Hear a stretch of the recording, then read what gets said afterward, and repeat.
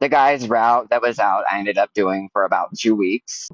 Fun fact about that, I have actually never used the carts that have been provided to us to get all of our DPS vaccines and mail.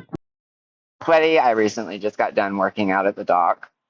Now, since we are moving further into the story, I just want it to be known that I hold myself fully accountable for my actions.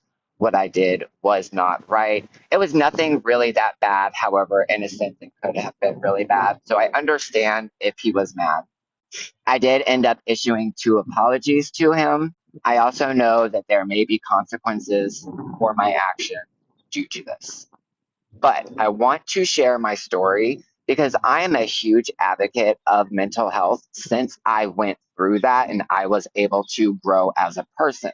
Hopefully, I am able to reach out to somebody that is in the same situation and let them know, like, hey, it may happen, but make sure you talk to this person and tell them what's going on and how you're feeling. I will not be providing any names because I do respect the privacy of these people that I worked with. And I also want to admit that it is going to sound a little crazy. And the reason why, and there's no excuse for what I did, like I said, is because I had just left a toxic relationship.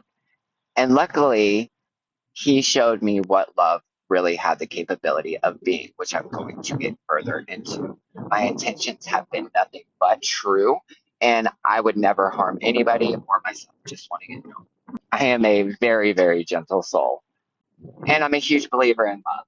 And that's pretty much why I did what I did. Whenever I left my ex, it was almost like this full sense of like freedom. Now, there are reasons as to why I did what I did because of the past, which again does not make it acceptable.